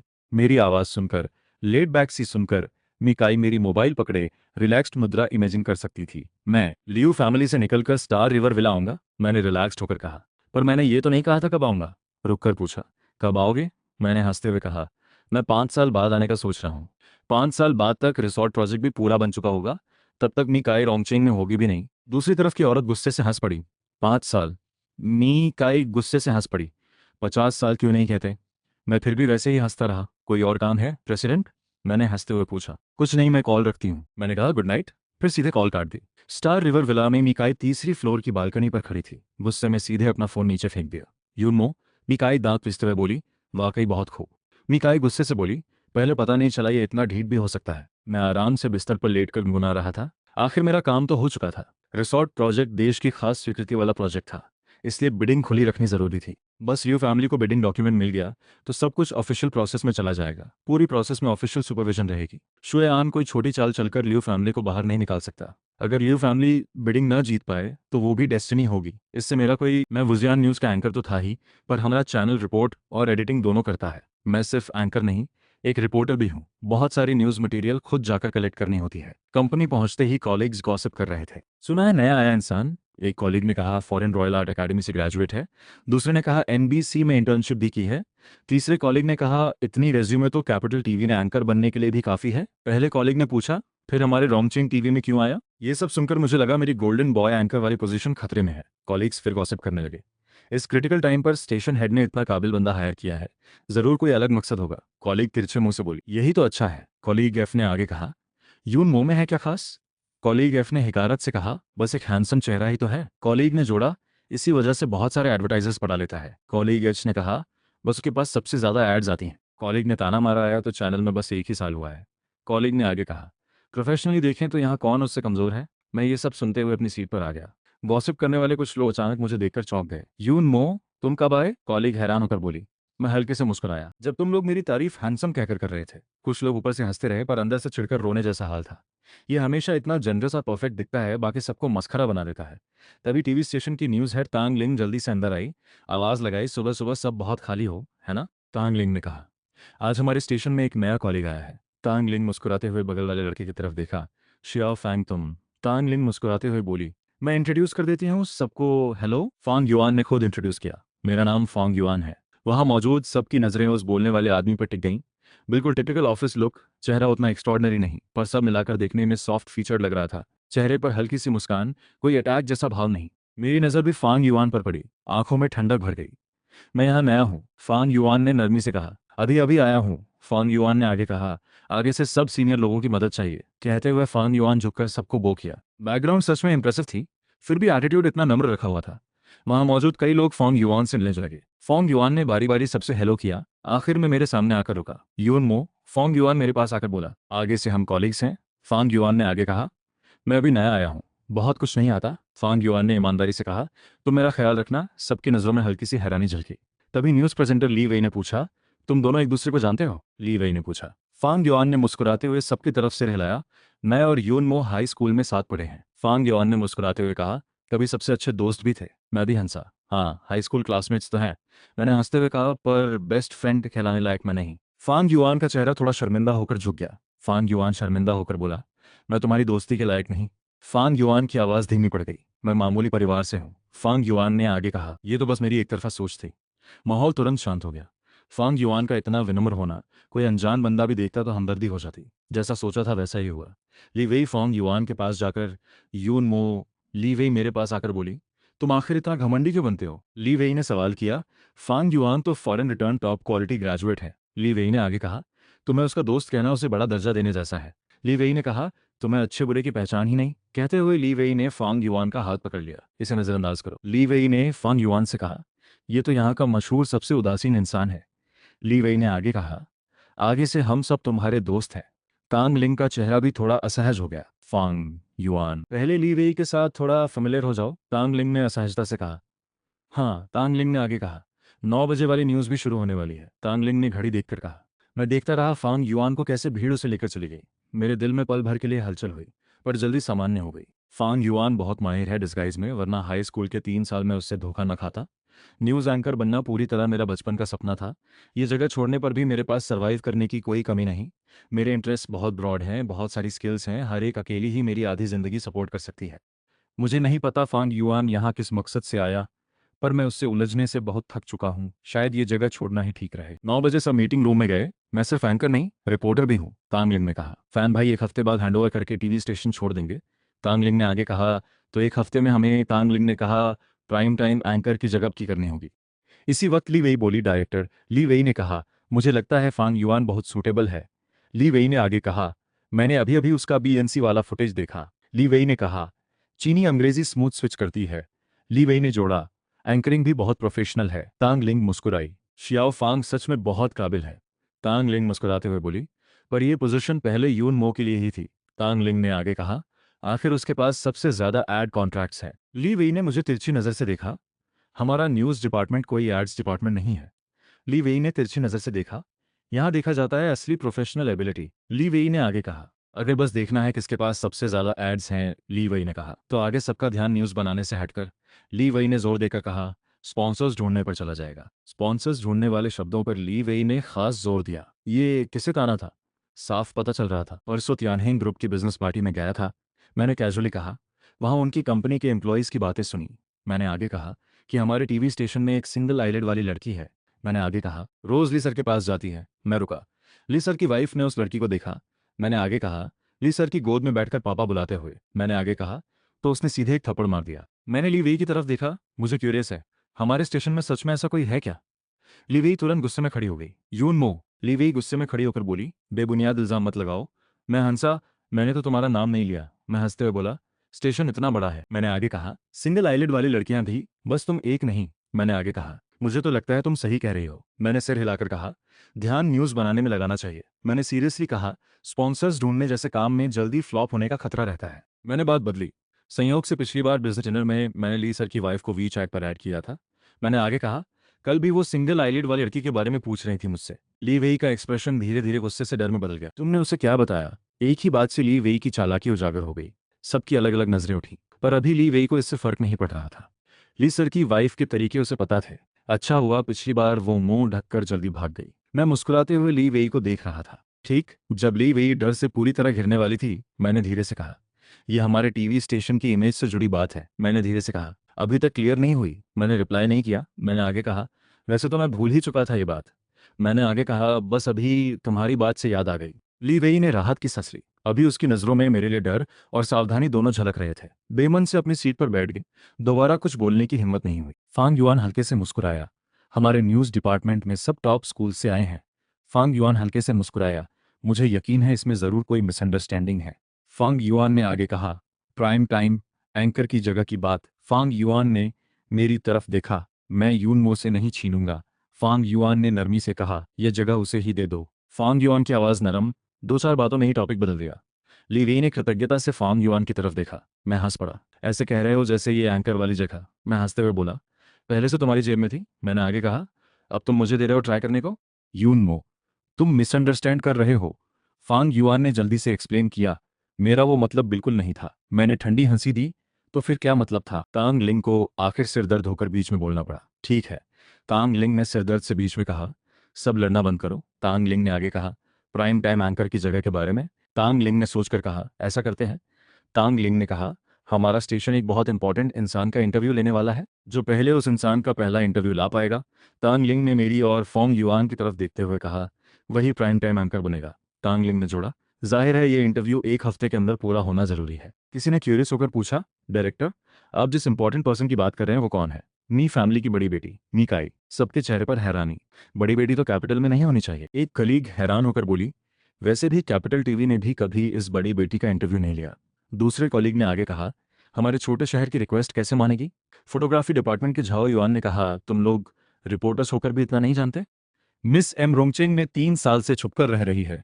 रोंगचेंग की सबसे मिस्टीरियस शुए आन ग्रुप असल में मी फैमिली की रोंगचेंग वाली ब्रांच कंपनी है। रोंगचिंग जल्दी ही एक देश की खास स्वीकृति वाला रिसोर्ट प्रोजेक्ट डेवलप करने वाला है। तांग मिंग का प्लान बिल्कुल सही था। मीकाई कौन है? ये सबने जरूर सुना होगा। मी फैमिली देश का सबसे अमीर परिवार है। मीकाई उनकी लाडली बेटी है। आज तक उसने किसी मीडिया को कोई इंटरव्यू नहीं दिया, और रिसोर्ट प्रोजेक्ट जल्दी ही पब्लिक होने वाला है। यही सही मौका है, मुझे लगता है ट्राई करना चाहिए। भले ही ये बहुत बड़ी चुनौती है। अगर सफल ना हुए तो कोई बात नहीं, अगर सफल हो गए तो हमारा रोंगचिंग टीवी स्टेशन एक ऐसा काम कर देगा जो बड़े बड़े स्टेशंस भी नहीं कर पाए। मैं तुम दोनों पर भरोसा कर रहा हूँ। तुम दोनों में जो सफल हो, प्राइम टाइम एंकर की जगह उसे बिना सवाल मिलेगी। अगर कोई सफल ना हुआ तो मेरे पास आगे और भी क्राइटेरिया है। मीटिंग रूम से निकलते वक्त मेरा चेहरा गंभीर दिख रहा था। ये कम ही होता है। फांग युआन मेरी सीट के पास आकर बोला, वो मी फैमिली के बुजुर्ग का बर्थडे पार्टी था ना? तुम भी उस दिन गए थे ना? स्टेशन में किसी को क्यों नहीं पता कि तुम भी यून फैमिली के हो? मैंने उसकी तरफ नजर फेरी। फांग युआन, तुम टीवी स्टेशन में काम करने क्यों आए? रुझान को छीनना काफी नहीं था, अब मेरी जॉब भी छीनने आ गए? फांग युआन के चेहरे पर अब भी वैसी ही मासूमियत। तुम मुझे गलत समझ रहे हो। मैं तो बस सोचता हूँ मेरी एक्सपर्टीज इस जगह के लिए सबसे फिट है। मैंने कभी तुम्हारी कोई चीज छीनने की सोची ही नहीं। रुझान को भी मैंने नहीं छीना। फॉर्मल टोन में मैंने आगे कहा, मैं हमेशा से जानना चाहता था तुम और रुझान के समर कैंप में क्या हुआ था। जब रुझान मेरे साथ थी मुझे महसूस होता था वो सच में मुझसे प्यार करती थी, पर समर कैंप से वापस आने के बाद रुझान पूरी तरह बदल चुकी थी। प्यार तो जैसे बिल्कुल ही खत्म हो गया, बल्कि नफरत में बदल गया। फांग युआन के चेहरे पर हल्का सा बदलाव आया, जैसे कुछ साल पहले की बात याद आ गई हो। ये देखकर मैंने हाथ हिलाकर बात टाल दी। छोड़ो, मुझे इस गंदी बात में कोई खास इंटरेस्ट नहीं। फांग युआन जल्दी से एक्सप्लेन करने लगा, ऐसा नहीं है जैसा तुम सोच रहे हो, पर मेरे पास अब पेशेंस नहीं थी। उठते हुए बोला, फांग युआन मुझसे झंझट मत करो, वरना मैं फिर 3 साल पहले वाला बन सकता हूँ। हट जाओ, मुझे 5 बजे की न्यूज़ ब्रॉडकास्ट करने जाना है। फांग युआन ने देखा मैं आंखों से ओझल हो गया, फिर उसके चेहरे पर अचानक ठंडक छा गई। यून मो, मैं तुमसे सब कुछ छीन लूंगा। तुम्हारी बीवी, तुम्हारी जॉब और तुम्हारा परिवार, सब कुछ मैं छीन लूंगा। तुम अकेले पड़ जाओगे, बदनाम हो जाओगे। मैं उसी दिन का वेट कर रहा हूँ, तब तुम्हें पता चलेगा मैं ये सब क्यों कर रहा हूँ। रात को फांग युआन जिंगदू होटल के स्वीट में वापस आया। रुझान भी पहले से वापस आ चुकी थी। वो खुशी से आगे बढ़ी। तुमने तो कहा था आज लियू फैमिली के पुराने घर वापस जाओगे। रुझान ने आगे बढ़कर फांग युआन के कंधे पर हाथ रखा। तुम्हारी याद आई। फांग युआन ने रुझान को गले लगा लिया। रुझान ने ऊपर देखते हुए पूछा, फांग युआन, तुम्हें ऐसे मेरे साथ रहने में तकलीफ तो नहीं होती? फांग युआन ने सिर हिलाया। जब तक तुम्हारा दिल मेरे साथ है मुझे कोई तकलीफ नहीं, रुझान ने कहा। बेफिक्र रहो, मैं और यून मो के बीच का मामला जल्दी सुलझा दूंगी। मेरा नाम सुनते ही रुझान का चेहरा अचानक ठंडा पड़ गया, जैसे उसे कुछ याद आया हो। आज तुम्हारा टीवी स्टेशन में पहला दिन था, उसने तुम्हें परेशान तो नहीं किया? फांग युआन की आंखों में एक हल्की सी चमक आई। नहीं, तुम्हें भी पता है वो मुझसे नाराज है क्योंकि मैंने तुम्हें उससे छीना। हमेशा से ऐसा ही बिहेव करता है मेरे साथ। रुझान की भौहें तुरंत सिकुड़ गईं। तो सच में परेशान किया तुम्हें? मैं अभी जाकर उससे हिसाब लेती हूँ। फांग युआन ने उसका हाथ पकड़ लिया। ऐसा मत करो, अगर तुम्हारे साथ रह सकता हूँ तो ये सब कुछ नहीं है। वापस जाने से बात और बढ़ेगी, तुम्हारे माता पिता भी मुझसे और नफरत करेंगे। कुछ बातें मैं सह लूंगा, अब बीत जाएगी। माता पिता के फांग युआन के प्रति पूर्वाग्रह की याद आते ही रुझान रुक गई। तकलीफ हुई तो मुझे जरूर बताना। मैं यून मो को हमेशा तुम्हें परेशान नहीं करने दूंगी। और याद रखो, मैं कभी उसकी नहीं थी। ये मैं नहीं जो तुमने उससे छीनी, बल्कि वो यून मो उसके लायक ही नहीं था। फांग युआन की आंखों में हल्की सी सुनहरी चमक आई। फिर नरमी से बोला, रुझान, तुमने मिकाई को देखा है? तुम इस कैपिटल सर्कल की बड़ी बेटी को जानती हो? रुझान ने जवाब दिया, पहले हेवन रिसोर्ट प्रोजेक्ट के लिए कंपनी उसकी पसंद रिसर्च करती रही थी, पर यह इंसान बहुत लो प्रोफाइल है, ठिकाना भी बहुत मिस्टीरियस, इसलिए ज्यादा नहीं जानती। रुझान ने सिर उठाकर पूछा, तुम उसके बारे में क्यों पूछ रहे हो? फांग युआन ने मुश्किल से कहा, स्टेशन ने कहा अगर मैं मी काई का एक्सक्लूसिव इंटरव्यू ला दूं तो 7 बजे वाली प्राइम टाइम एंकर की जगह मुझे मिल जाएगी। पर मैंने आज शुआन को कॉल किया तो पता चला अगर टीवी स्टेशन अपॉइंटमेंट ले तो 6 महीने तक वेट करना पड़ेगा। रुझान भौहें सिकोड़कर सोचने लगी। इस बार सिर्फ इतना पता चला कि मी फैमिली की बड़ी बेटी रॉयल गोल्फ क्लब में जाती है। मैं यून मो की पहचान से अंदर जा सकता हूँ। जाहिर है मेरे दिल में तुम ही असली लियो फैमिली का दामाद हो। फांग युआन जब नहाने गया तब रुझान ने मुझे कॉल किया, यून मो, आगे से तुमने फांग युआन को परेशान करने की हिम्मत की तो मुझसे बुरा कोई नहीं होगा। मैंने थोड़ा हंसते हुए कहा, क्या फांग युआन वापस जाकर तुमसे शिकायत कराया? रुझान ने जोर से कहा, फांग युआन तुम्हारे जैसा नहीं है। सामने कुछ और, पीछे कुछ और वाला बंदा नहीं है। तुम्हारे पास पहले से इतना कुछ है, अब उससे कुछ भी छीनने की मत सोचो। कॉल कटने के बाद मुझे थोड़ी उलझन हुई। असल में फांग युआन ने मेरा हक छीना, फिर भी आखिर में मैं ही विलन बन गया। मैं डेस्क पर कंप्यूटर में लिखी रेजिग्नेशन लेटर देख रहा था, अचानक लैपटॉप बंद कर दिया। फांग युआन आया तो मैं क्यों रिजाइन करूं? पहले रुझान को जबरदस्ती छीना गया था, फिर मुझे ही विलन बना दिया गया। अब जॉब भी मुझे छोड़नी पड़े क्या? हालांकि मैंने पहले भी इस बारे में सोचा था, पर अभी अचानक ये ख्याल छोड़ दिया। अगर रिजाइन करना ही है तो प्राइम टाइम एंकर बनने के बाद ही करूंगा। मैंने लैपटॉप बंद करके फ़ोन उठाया, कॉन्टैक्ट्स खोलकर एक नाम ढूंढा, गोल्डफिंचो। बिना सोचे सीधे कॉल कर दिया। कॉल जल्दी कनेक्ट हो गया। यून सर, मुझसे कोई काम है? आवाज़ में साफ रूखापन था। शायद पिछली बार उसे धोखा देने से गुस्सा थी, या शायद समझ चुकी थी और मुझसे दूरी बनाना चाहती थी। जाहिर है यही तो मैं चाहता था। मैंने भी शायद ही कभी इतनी फॉर्मल आवाज़ में बात की हो। मिस एम, मैं रोंगचिंग टीवी स्टेशन का रिपोर्टर हूँ। आपसे एक पर्सनल इंटरव्यू के लिए अपॉइंटमेंट लेना चाहता हूँ। क्या आपके पास वक्त है? फ़ोन के दूसरी तरफ ठंडी हंसी आई। तुम्हें एक ही बार में पता चल गया, इसी वजह से। कोई बात नहीं, मैं उसे ढूंढूंगी नहीं। वो कुछ सेकंड चुप रही, फिर बोली, यूनमो, तुम्हारी हिम्मत तो कमाल है। पिछली बार मुझे धोखा देकर अब मुझसे इंटरव्यू भी मांग रहे हो। मैं थोड़ी देर चुप रहा, फिर बड़ी सहजता से कहा, ये दोनों अलग बातें हैं। मिस एम को शायद पता नहीं, मैं हमेशा काम और पर्सनल मैटर अलग रखता हूँ। दूसरी तरफ से गुस्से से हंसी आई। इंटरव्यू चाहिए तो अभी स्टार रिवर विला आकर मुझसे माफ़ी मांगो, बाकी बातें धीरे धीरे कर लेंगे। मैंने दीवार पर वॉल क्लॉक देखा। रात के 10 बजे थे। अभी जाने पर क्या होगा, मुझे अच्छी तरह पता था। वहां जाना कभी खाली हाथ नहीं जाता, इसलिए मैंने सीधे मना कर दिया। अगर काम की बात है तो दिन में मिलते हैं। मिस एम, आप वक्त तय करें, मैं ज़रूर आकर माफ़ी मांगूंगा। अब तुम्हें मेरा मिजाज पता चला? उसने आगे ज़्यादा परेशान नहीं किया, ठंडे लहजे में कहा, तो कल सुबह 9 बजे रॉयल गोल्फ क्लब में मिलते हैं। मैं वहाँ कभी नहीं गया था, पर मुझे पता था लियो फैमिली के बुजुर्ग वहाँ के मेंबर हैं। उस क्लब की एक अच्छी बात थी, मेंबर की फैमिली भी अगर वहाँ जाना चाहे तो बस मेंबर का नाम बताना काफ़ी होता। एक कार्ड पूरे फैमिली के लिए चलता। अगली सुबह 9 बजे मैं ठीक वक्त पर रॉयल गोल्फ क्लब पहुंचा। अंदर जाकर रजिस्ट्रेशन डेस्क पर गया। एक सुंदर सी लड़की ने मुझे रिसीव किया। सर, आप देखने में तो नए लगते हैं, क्या आप यहाँ के मेंबर हैं? मैंने सिर हिलाकर कहा, लियू युआनडोंग मेरे ग्रैंडफादर इन लॉ है, तो मुझे अंदर जाने की परमिशन मिल जानी चाहिए। लड़की के चेहरे पर हैरानी झलकी। तुम भी लियो फैमिली के दामाद हो? कहते हुए उसने कुछ दूरी पर एक व्यक्ति की तरफ इशारा किया। वहां भी एक इंसान खुद को लियो फैमिली का दामाद बता रहा था। लियो सर तो हमारे रोंगचिंग के बड़े आदमी हैं। उनका सिर्फ एक बेटा और एक बेटी है, दो दामाद कैसे हो सकते हैं? मैं रिसेप्शनिस्ट के इशारे की दिशा में देखने लगा। वो इंसान फांग युआन था। फांग युआन ने भी मुझे देखा, थोड़ा हैरान लगा। रिसेप्शनिस्ट भी थोड़ी कंफ्यूज हो गई। आप थोड़ा रुकिए, मैं मैनेजर को बुलाती हूँ। मैनेजर आते ही जमकर डांटा, छठी मिस पहले ही बता चुकी हैं, सीधे अंदर जाने दो, इतनी लापरवाही मत करो, यून सर को इंतजार मत कराओ। मैनेजर दौड़ते हुए आया, बगल के रिसेप्शनिस्ट को डांटते हुए, आपने कहा एक यून सर आएंगे, पर दो यून सर आने की बात नहीं कही थी। मैनेजर भी हैरान था, दो यून सर कैसे हो सकते हैं? तभी फांग युआन भी मेरे पास आ चुका था। यूनमो, तुम भी यहाँ क्यों आए? मैंने मुस्कुराते हुए उसे देखा।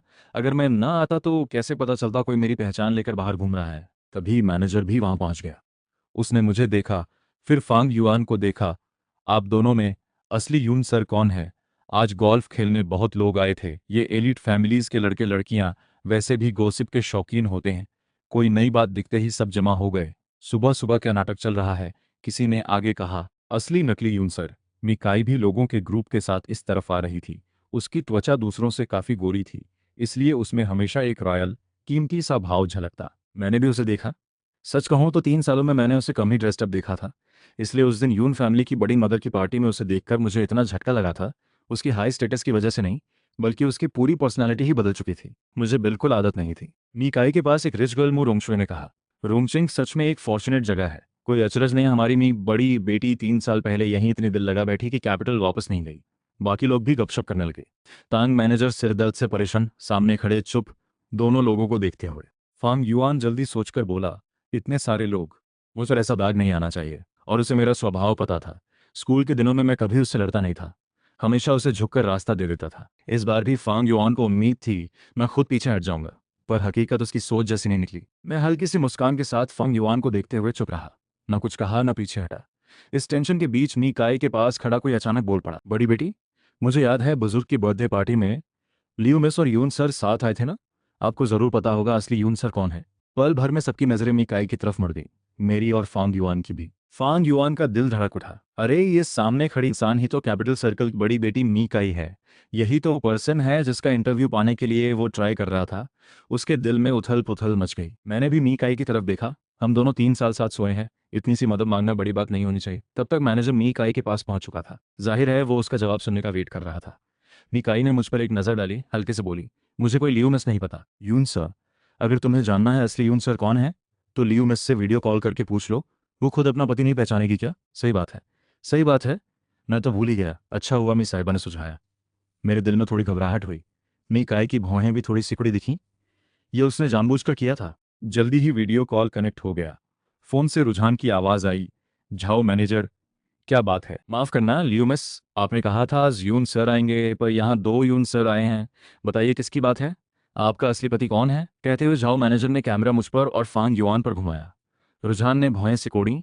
बिना किसी हेजिटेशन के कहा, सफ़ेद सूट वाला मेरा पति है। फांग युआन ने ही सफ़ेद सूट पहन रखा था, मैंने काला सूट पहना था। मैनेजर मुस्कुराते हुए बोला, ठीक है लियो, मिस को डिस्टर्ब नहीं करते, बाकी मुझ पर छोड़ दो, हम यून सर की अच्छी तरह मेहमान नवाजी करेंगे। कॉल कट गई। चारों तरफ हल्की सी सरगोशियां उठीं। लॉबी में काफ़ी लोग जमा हो चुके थे। कुछ लोग टॉन्ट मारने लगे, जब खेलना नहीं आता तो यहाँ क्यों आना, किसी और के दामाद की पहचान चुराते हुए सबके सामने पकड़े जाना, सच में बहुत शर्मनाक। लोगों की इस बातचीत को सुनकर भी मुझे कोई फर्क नहीं पड़ा। झाओ मैनेजर भी मेरी तरफ बढ़ा, अब उसका एटीट्यूड पहले जितना विनम्र नहीं था। सर आप यहाँ के मेंबर नहीं हैं, कृपया अभी निकल जाइए। मेरे चेहरे पर बिल्कुल शर्मिंदगी नहीं आई। आराम से बैग से एक कार्ड निकाला, अगर मैं अभी मेंबरशिप ले लूँ तो अंदर जा सकता हूँ ना। सब लोग एक पल के लिए बिल्कुल चुप हो गए। मैनेजर भी हैरान रह गया। हो तो सकता है, पर हमारे यहाँ मेंबरशिप फी 10 मिलियन है। मुझे पता है, कार्ड स्वाइप कर सकते हो। कई लोग तुरंत समझ ही नहीं पाए। जो अभी तक मुझ पर टॉन्ट कर रहे थे, उनकी भी बोलती बंद हो गई। वो सब भी अपने पिता या दादा की मेंबरशिप पर ही आए थे। मैनेजर का एक्सप्रेशन फिर बदल गया, पहले से भी ज्यादा खुश होकर मुस्कुराया। फांग युआन की तरफ देखे बिना ही उसने फ्रंट डेस्क को कहकर उसे अंदर भिजवा दिया। खुद बड़ी तत्परता से मुझे वीआईपी मेंबरशिप काउंटर की तरफ ले गया। मिकाई के पास खड़ी कुछ रिच गर्ल्स के चेहरे पर भी एक्साइटमेंट दिखने लगा। ये कार्ड तो शायद वो चीता ब्लैक गोल्ड कार्ड है, पूरी दुनिया में सिर्फ 50, हर बड़े बैंक में वैलिड, दुनिया भर के सारे 7 STAR होटल्स में फ्री वीआईपी सर्विस। ये तो स्टेटस का सिंबल है। मुझे लगता है मी बड़ी बेटी के पास भी शायद एक है। पूरे देश में इस कार्ड के 15 से ज्यादा होल्डर्स नहीं है। ये यून सर आखिर कौन है? जो लोग अभी मुझ पर टॉन्ट कर रहे थे उनकी आंखें और भी बड़ी हो गई। 10 मिलियन शायद आम बात है, पर वो ब्लैक गोल्ड कार्ड होना बहुत खास बात है। ये कोई साधारण अमीर आदमी नहीं रख सकता। इसका इशुइंग इंस्टीट्यूशन बेहद स्ट्रिक्ट वेरिफिकेशन करता है, चाहे किसी देश का रॉयल फैमिली भी क्यों ना हो। इस कार्ड के होल्डर्स 3 से ज़्यादा नहीं होते। मुझे तो ये सब पता ही नहीं था, क्योंकि ये तो शीजी बहन ने बनवाया मेरा सैलरी कार्ड था। हर साल मुझे मिलने वाला बोनस इसी में जमा होता। अंदर की अमाउंट अरबों पहुंच चुकी थी। 10 मिलियन मेरे लिए कुछ भी नहीं था। तुम्हें अभी पता चला? मुझे कार्ड निकालते देख सब सोच में पड़ गए, चाहे पहले वाली यून फैमिली हो या अभी की लियू फैमिली। इनके पास इस कार्ड का हक पाने की कोई गुंजाइश ही नहीं थी। रॉयल गोल्फ क्लब बहुत विशाल था। मिकाई के आसपास के लोग क्लब लेकर गोल्फिंग के लिए निकल गए। बस मिकाई रेस्ट एरिया में बैठ गई।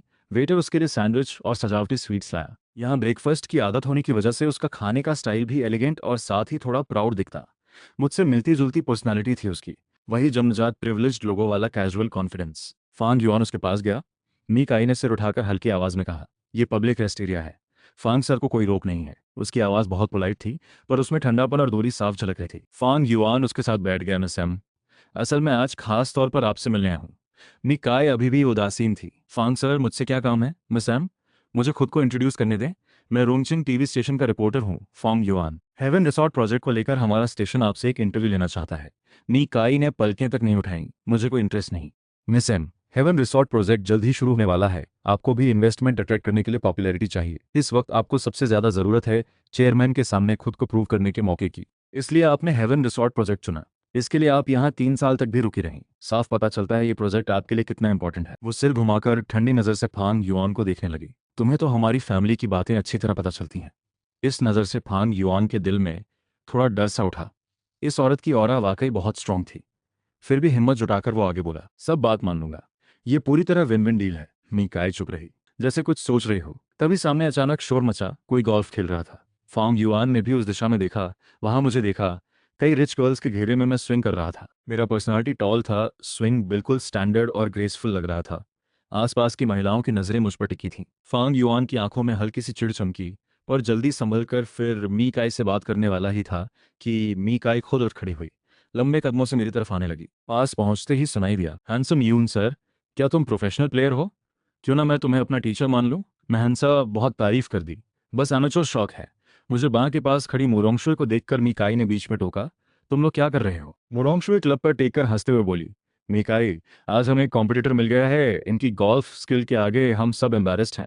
शायद बस तुम्हारा लेवल ही उनसे मुकाबला कर सके। कुछ लोगों ने मस्ती में कहा, क्यों ना मीकाई और यून सर में एक मैच हो जाए। मुझे तो यही सुनना था, तो मैं मुस्कुराते हुए मीकाई की तरफ देखते हुए बोला, मिस एम, हिम्मत है मुझसे मुकाबला करने की? मीकाई ने अभी कुछ कहा भी नहीं था कि मैंने जानबूझकर एक और चौथी जोड़ दी। ली, मिस डर तो नहीं रही? मुरोंगशुए बीच में बोली, यून सर, ऐसे कहकर आप हमारी मीकाई को कम आंक रहे हो। इसकी गोल्फिंग स्किल कैपिटल सर्कल में दूसरे नंबर की है। पहले नंबर पर तो कोई आना ही नहीं चाहता। मैं मुस्कुराया। कैपिटल सर्कल के पॉलिटिक्स रोंगचिंग में उतने कारगर नहीं है। यानी उसका दूसरे नंबर होना असल में इसलिए है क्योंकि कोई उसे हराने की हिम्मत नहीं करता। न कि इसलिए कि वो सच में इतनी स्किल है। सब एक दूसरे को देखने लगे। दिल में सोचा ये यून सर तो बहुत बोल्ड है। मीकाई ने हल्के से कहा, कैसे compete करना है? मैंने सामने के खुले मैदान की तरफ इशारा किया। इसी होल पर compete करते हैं। बगल में किसी ने कहा, अभी अभी यून सर तीसरे शॉट पर होल में गेंद डाल चुके थे। मीकाई की आवाज़ अभी भी नॉर्मल थी। कैडी को क्लब लाने का इशारा किया। मैंने आगे कहा, आखिर कॉम्पीट है तो कोई स्टेक भी होनी चाहिए। मीकाई ने हूँ कहा, क्या चाहिए तुम्हें? मैंने बिना सोचे कहा, अगर मैं जीता तो तुम्हारा पहला एक्सक्लूसिव इंटरव्यू मुझे मिलेगा। कैसा रहेगा? आसपास के लोग सब तमाशा देखने के मूड में आ गए। मीकाई ने ठंडी हंसी दी। पहले जीत कर तो दिखाओ, फिर बात करेंगे। सब तैयार होते ही मैंने धीरे से कहा, मिस एम आप पहले शुरू करें। मीकाई ने भी कोई बहाना नहीं बनाया। बहुत ग्रेसफुल तरीके से क्लब स्विंग किया। फिर बगल से जोशीली आवाज आई। मीकाई ने बिना किसी दिक्कत के गेंद होल की दिशा में, सफेद गेंद बिल्कुल सही निशाने पर होल में जा गिरी। आसपास के लोग तालियां बजाने लगे। मिकाई की ईगल शॉट ने पार 4 होल को सिर्फ 2 शॉट्स में पूरा कर लिया। फिर सबकी नजरें हमदर्दी से मेरी तरफ मुड़ी। यून सर, रहने दो, हमारी बड़ी बेटी देश की गोल्फ चैंपियन रही है, उनसे हारना कोई शर्म की बात नहीं। मैं हंसा, अभी कॉम्पीट किया ही कहा, कैसे पता चला मैं हारूंगा ही? अपना क्लब लेकर मैं रेड टी की तरफ बढ़ा। सब सोच रहे थे मैं बस अपनी इज्जत बचाने की आखिरी कोशिश कर रहा हूँ। हर किसी को पता था ये पहले ही मी काय की एक्सट्रीम परफॉर्मेंस थी। पार 4 होल अगर 4 शॉट्स के अंदर पूरा हो जाए तो वो प्रोफेशनल प्लेयर का लेवल होता है। 3 शॉट्स में होल को बर्डी कहते हैं, ये भी बहुत दुर्लभ है। 2 शॉट्स में होल को ईगल कहते हैं, वो टॉप लेवल, और एक ही शॉट में होल करना तो लॉटरी जीतने से भी मुश्किल है। मैं टी पर खड़ा हुआ, क्लब ऊंचा उठाया, जोर से स्विंग किया। सफेद गेंद हवा में ऊंचा कर्व बनाकर सीधे ग्रीन की दिशा में उड़ी। सब ग्रीन की तरफ दौड़ पड़े। मुरुंगशुए सबसे पहले पहुंची। ग्रीन पर गेंद न दिखने पर उसे यकीन नहीं हुआ। ढूंढते ढूंढते आखिर होल के अंदर चेक करने का ख्याल आया। वहां सच में मेरी मारी हुई गोल्फ बॉल मिल गई। मुरुंगशुए पल भर के लिए ठिठकी, फिर हाथ में गेंद उठाकर उत्साह से चिल्लाई, होल इन वन! यून सर होल इन वन मारा। मुरुंगशुए इतनी खुश थी जैसे उसने खुद ये शॉट मारा हो। सब हक्के बक्के रह गए। वाकई होल इन वन मार दिया। इसके लिए स्किल भी चाहिए और पूरी लक भी चाहिए। कुछ रिच बॉयज के चेहरे पर पहले जो तमाशा देखने वाला भाव था, अब वो पूरी तरह श्रद्धा में बदल गया। मेरे होल इन वन की खबर पूरे गोल्फ ग्राउंड में फैल गई। ज्यादा से ज्यादा लोग सुनते ही वहां जुटे। आखिर होल इन वन देखना हर बार का मामला नहीं होता। कई लोग तो मेरे साथ फोटो भी लेना चाहते थे। रूल के मुताबिक होल इन वन पर कैडीज और स्टाफ को बड़ा रेड पैकेट देना होता है। मुझे तो जैसे इसका पहले से अंदाजा था। अपनी स्पोर्ट्स बैग में पहले से बहुत सारे रेड पैकेट्स रखे हुए थे। कैडीज को एक एक करके बंटवा दिए। सब हैरान रह गए। यून सर तो पहले से तैयारी करके आए थे। लगता है शुरू में यून सर का ये 3 शॉट होल वाला अटेम्प्ट भी बस दिखावा था। आखिर बिना पूरे भरोसे के रेड पैकेट पहले से क्यों तैयार रखता? मैं इन बातों को हंसकर टाल गया। फिर मीकाई की तरफ देखा। मिस सैम, आपका वादा तो पूरा होना चाहिए ना? मीकाई ने ठंडे से कहा, मैंने सिर्फ इतना कहा था, जीतने के बाद बात करेंगे। ये मानने का वादा नहीं किया कि जीत गए तो तुम्हारा अंदाजा सही मान लूंगी। मेरा चेहरा हल्का सा उतर गया। जैसे मुझे बिस्तर पर वो अक्सर ढीठ बनने वाली मीकाई याद आ गई। जैसे हर बार थककर वो कहती, अब आखिरी बार है, पर फिर नहलाते वक्त गोद में लेते ही मुकर जाती। कहती उसने कभी ऐसा कहा ही नहीं था। ये सब सोचते ही मेरा चेहरा अनजाने में लाल हो गया। आसपास के लोग साथ देने लगे। बड़ी बेटी, ये तो ठीक नहीं, हारने पर मानना तो चाहिए। बस एक इंटरव्यू ही तो है। बड़ी बेटी इतनी छोटी सोच वाली तो नहीं हो सकती। मीकाई ने देखा सब लोग मेरे इर्द गिर्द जमा है। अंदर से कोई अजीब सा गुस्सा उठाया। मुझे चालबाज लोग सबसे नापसंद है।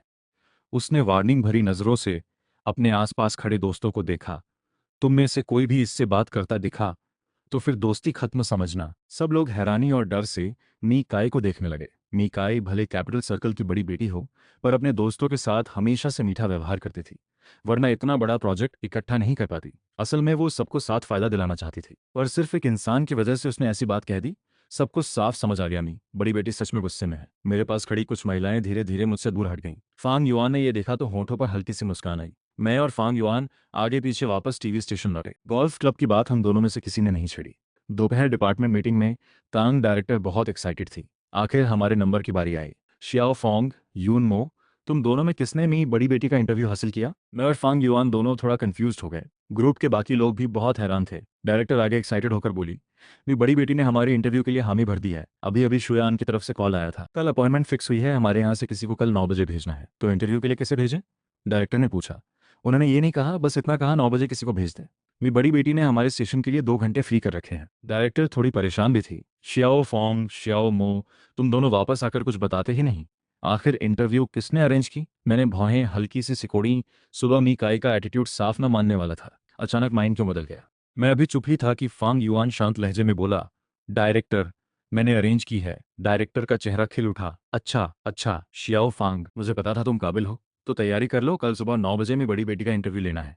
ये काम अच्छे से हो गया तो तुम्हारा भविष्य बहुत उज्जवल है। डायरेक्टर एक्साइटेड होकर फोन उठाकर बोली, मुझे स्टेशन हेड को रिपोर्ट करनी है। ये बड़ी बात है। कैपिटल टी के स्टेशन हेड ने भी कई बार कोशिश की, पर मेरी बड़ी बेटी ने कभी हामी नहीं भरी। तुमने ये हमारे रोंगचिंग स्टेशन के लिए कर दिया। बस मेरी किस्मत अच्छी थी। आज रात मेरी तरफ से पार्टी है, सब चलिए ताइगो हाउस जापानी खाने। ताइगो हाउस रुंगचिंग का हाई एंड जापानी रेस्टोरेंट था।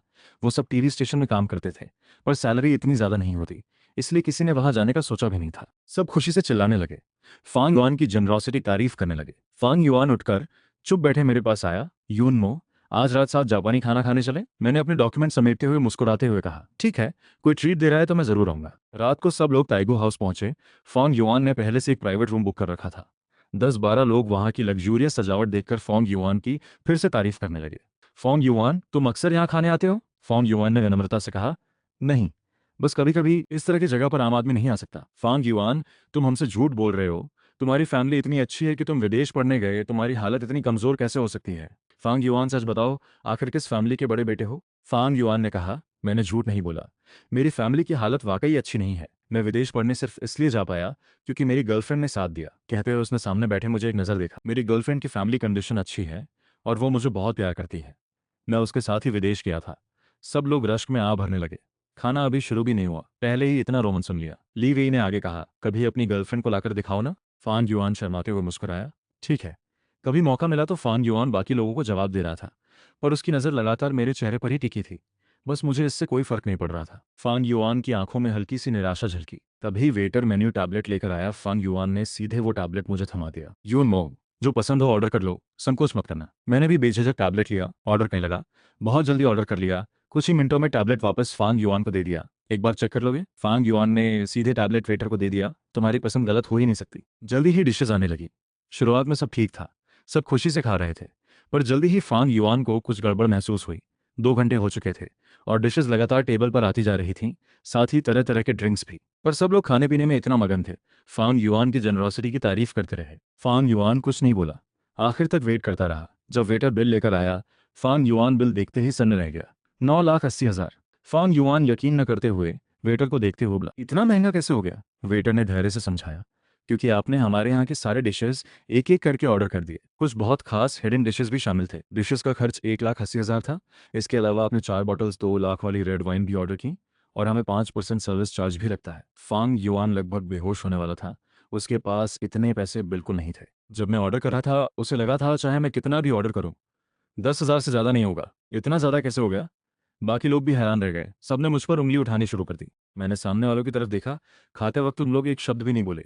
Black truffle hotpot Kobe beef खाते हो तो नहीं कहा। मटेरियल बहुत महंगा है। रेड वाइन तो मैंने सिर्फ एक बॉटल ऑर्डर की थी, बाकी 3 तुम्हारे ऑर्डर थे। सब गुस्से से मुझे घूरने लगे। यून मो, तुम अभी भी बहाना बना रहे हो, मैंने नॉर्मल लहजे में कहा। अगर तुम लोग यही चाहते हो तो चलो हम सब मिलकर हर किसी का हिसाब लगा लेते हैं। यहाँ किसी ने कम नहीं खाया, वोटिंग सबसे फेयर होगी। इतना सुनते ही सब चुप हो गए। हिसाब लगाया जाए तो हर किसी को लगभग 1 लाख देने पड़ेंगे। ये तो उनकी कई महीनों की सैलरी है। फांग युआन के पास खड़ी एक लड़की बोली, फांग युआन इतनी सी बात पर हमसे झगड़ा नहीं करेगा। फांग युआन जैसे किसी ने आग पर तेल छिड़क दिया हो। असल में उसकी और रुझान की इकोनॉमिक कंडीशन बहुत अच्छी नहीं थी। रुझान विदेश जाने के बाद से लियो फैमिली ने उसे फाइनेंशियल सपोर्ट देना बंद कर दिया था। विदेश में इन 3 सालों में वो उतने लग्जरियस नहीं थे जितना लोग सोचते थे। रुझान अपनी इज्जत की वजह से घरवालों से पैसे मांगना नहीं चाहती थी। फांग युआन का अकाउंट तो पिछले 3 साल ट्यूशन पढ़ाकर जो कमाया था वो सिर्फ उतना ही था। सच में लगभग 1 मिलियन का बिल नहीं भर सकता था। मजबूरी में रुझान को कॉल किया। रुझान ने सुना कि एक ही खाने में 9,80,000 खर्च हो गए। आवाज में साफ गुस्सा आ गया। फांग युआन, तुम ड्रैगन मीट खाते हो क्या? एक खाने में 9,80,000। फांग युआन की आवाज भर्रा गई। मैंने मी काय की एक्सक्लूसिव इंटरव्यू पा ली थी, इसलिए कॉलीग्स को दावत दी। यून मो ने खाना ऑर्डर किया था। मुझे नहीं पता था वो इतना ज्यादा और इतनी महंगी शराब ऑर्डर कर देगा। मेरा नाम सुनते ही रुझान की भौहें सिकुड़ गई। फांग युआन से बात करने का लहजा भी नरम हो गया। सॉरी, मैंने तुम्हें गलत समझा। तो ये तो उसकी शरारत थी। रुझान 2 सेकंड चुप रही, फिर बोली, मैं आसपास ही हूँ, अभी आती हूँ। 10 मिनट बाद रुझान ताइगो हाउस पहुंच गई। पहले उसने ताइगो हाउस जाकर बिल क्लियर किया, फिर प्राइवेट रूम में आई।